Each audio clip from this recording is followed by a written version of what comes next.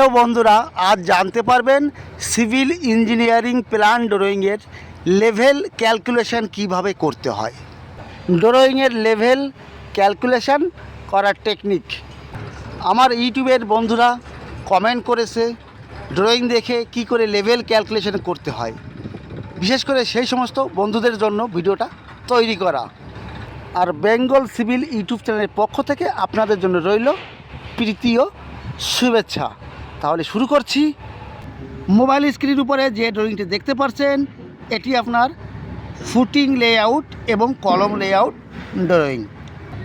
এখন যে ড্রয়িংটি দেখতে পাচ্ছেন এটি হচ্ছে আপনার স্ল্যাব শাটারিং লেআউট ড্রয়িং। এই দুটি ড্রয়িংয়ের মাধ্যমে আজ দেখাবো লেভেল কিভাবে ক্যালকুলেশন করতে হয়। মোবাইল স্ক্রিনের উপরে যেটি দেখতে পাচ্ছেন এটি একটা সেকশন, নিচেরটা আপনার ফুটিং আর এটাই আপনার কলম। এখানে দেখুন লেখা আছে টিওসি, টপ অফ কংক্রিট। এটা কংক্রিট টপ আছে প্লাস 0.450 মিটার। এটার মানে কি? আর এখানে দেখুন লেখা আছে FGL 0.00 লেভেল। দেখুন এটি আপনার 00 লেভেল। প্রত্যেকটা সিভিল ইঞ্জিনিয়ারিং ওয়ার্কিং সাইডে এই লেভেল থাকে, এখানেও আছে।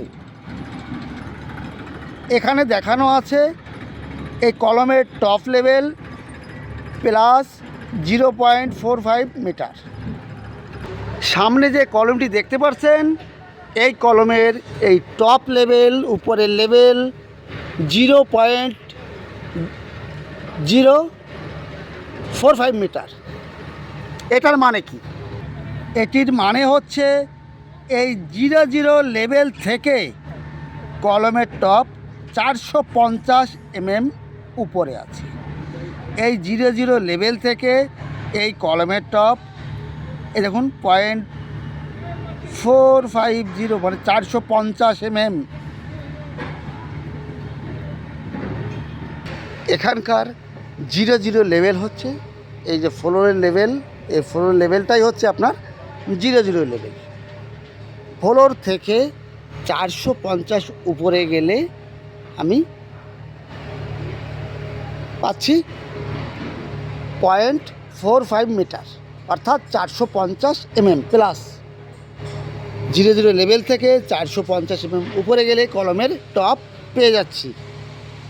এবার নিচে দেখুন, নিচের যে পিসিসি লেভেল আছে, উপর ফ্লোর লেভেল আছে, এর থেকে 200 ডাউন আছে 200 mm, অর্থাৎ এখানে কি হবে -200 mm। এটা কী জন্য হলো? আর 00 লেভেল থেকে নিচে চলে গেছে, এই জন্য এখানে মাইনাস হলো। এটা 00 লেভেল থেকে এটি উপরে ছিল, এই জন্য প্লাস হলো। এখানে আগে দেখতে পাচ্ছেন রোডের লেভেল, রোডের লেভেল দেওয়া আছে -700 mm। এটার মানে কি? এটার মানে এটাই হচ্ছে যে এই যে ফ্লোরের লেভেল 00 লেভেল, 00 লেভেল থেকে 700 mm নিচে গেলে এই আগের রোড টপ লেভেল পেয়ে যাব। এটা ক্লিয়ার? আর 00 লেভেল নিয়ে কেউ কনফিউজ হবেন না। প্রত্যেকটা সাইডে কিন্তু এই লেভেল থাকে, দেখুন এইরকম লেভেল মার্কিং থাকে। এটাও লেভেল মার্কিং আছে ফ্লোরের, এটা বোর্ডে ঢেকে গেছে। এই ফ্লোরের টপ লেভেল হচ্ছে আপনার 00 লেভেল। আর এই 00 লেভেল প্রত্যেকটা কনস্ট্রাকশন সাইডে থাকে। এ লেভেল ছাড়া কোনো কাজ করাই অসম্ভব। এটি স্ল্যাব শাটারিং লেআউট ড্রয়িং। এইবার এখানে লেখা আছে টিওসি, টপ অফ কংক্রিট আছে প্লাস 9.45 মিটার, 9 মিটার 450 mm। এই স্ল্যাবের টপ লেভেল আছে প্লাস 9 মিটার 450 mm। মানেটা কি বলুন? এটা লেভেল। সামনে যে বিল্ডিংটা দেখতে পাচ্ছেন এই বিল্ডিংয়ের স্ল্যাবের টপ অর্থাৎ ছাদের টপ আছে প্লাস 9 মিটার 450 mm। এই 9 মিটার 450 mm কোথার থেকে?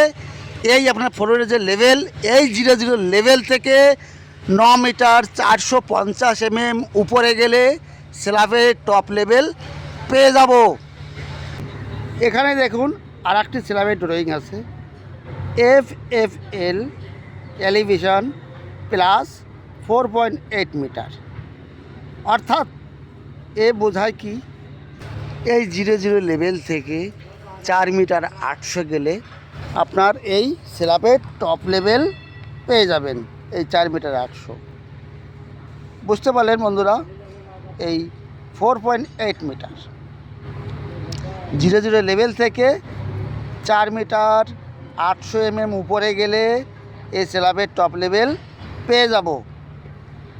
এখানে দুটো ড্রয়িং আছে, মানে এই স্ল্যাবের লেভেল আছে, এই লেভেল আর একটা স্ল্যাবের লেভেল আছে 9 মিটার দেখুন প্লাস 9.45। এখানে দেখুন একটি ওয়ালের ড্রয়িং, RCC ওয়াল অর্থাৎ রেনফোর্সমেন্ট কংক্রিট রডের শ্যাটারিং করে যে ওয়াল করা হয় সেটা হচ্ছে রেনফোর্সমেন্ট কংক্রিট, RCC ওয়াল কংক্রিট। এর টপ এখানে দেওয়া আছে, এটি আপনার র্যাপড। এখানে দেখুন লেখা আছে FGL, এই 00 লেভেল, 00 লেভেল থেকে 1 মিটার 500 mm নিচে গেলে এই র্যাপটের নিচের লেভেল পেয়ে যাব। কোথার থেকে? 00 লেভেল থেকে। এখানে যে 00 লেভেলটা দেখানো হয়েছিল, এই লেভেল থেকে 1 মিটার 500 mm নিচে গেলে আমি এই র্যাপটের নিচের লেভেল পেয়ে যাব। এরপরে দেখুন এই 00 লেভেল থেকে এই ওয়ালের টপ লেভেল কত আছে দেখুন, এখানে দেখুন 1 মিটার আর 2 মিটার, 3 মিটার। 00 লেভেল থেকে 3 মিটার উপরে গেলে এই ওয়ালের টপ পেয়ে যাব। সামনে ড্রেন দেখতে পাচ্ছেন, ড্রয়িংয়ে আছে ড্রেনের বটম লেভেল -1.2 মিটার। এর মানে কি? এর মানে হচ্ছে এই 00 লেভেল থেকে ফ্লোরের যে লেভেল 1 মিটার 200 mm নিচে গেলে আমি এর ড্রেনের নিচের লেভেল পেয়ে যাব। এখানে মাইনাস আছে -1.2 মিটার। যদি +1.2 মিটার হতো তাহলে ফ্লোর থেকে উপরে যেত। এখানে মাইনাস আছে, এই জন্য ফ্লোর থেকে নিচের দিকে যাচ্ছে, এটা বুঝতে হবে।